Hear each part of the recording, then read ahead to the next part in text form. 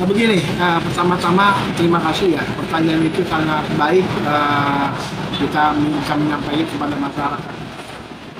Ada pepatah mengatakan bahwa harimau ya, harimau saja tidak memakan anak. Kita manusia yang diciptakan oleh Tuhan punya akal pikiran yang berbeda dengan yang tadi saya sampaikan, binatang, harimau, dan lain-lain. Kenapa sih kita sebagai seorang ayah membawa emosi kepada anaknya?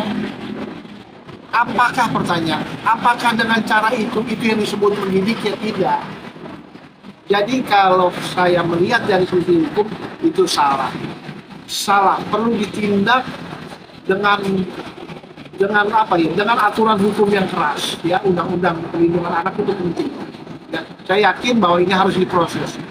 Kalau memang kita lihat itu kan sudah tersebar ke publik, ke masyarakat, sosial media. Jadi menurut saya ya pihak kepolisian Republik Indonesia tidak lanjuti hal ini.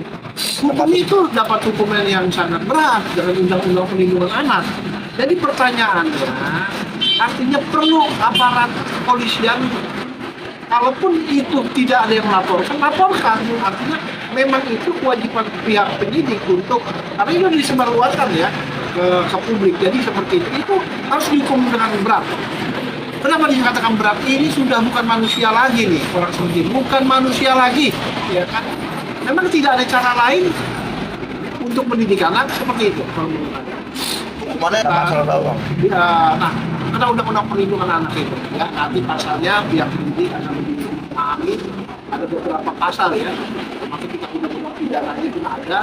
Tapi itu yang terpenting adalah buat hukuman itu di atas 5 tahun.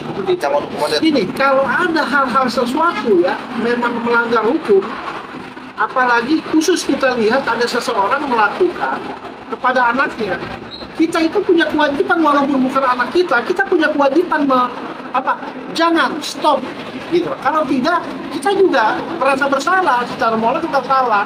Kenapa kita punya kewajiban? Moral kita memang penting itu untuk men-stop suatu hal, tindakan yang tidak baik seperti itu.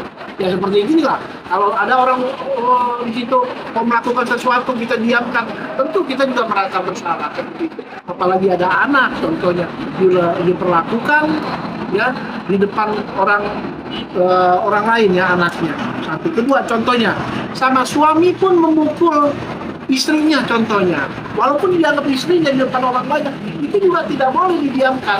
Masyarakat pun ya ingat harus tetap dia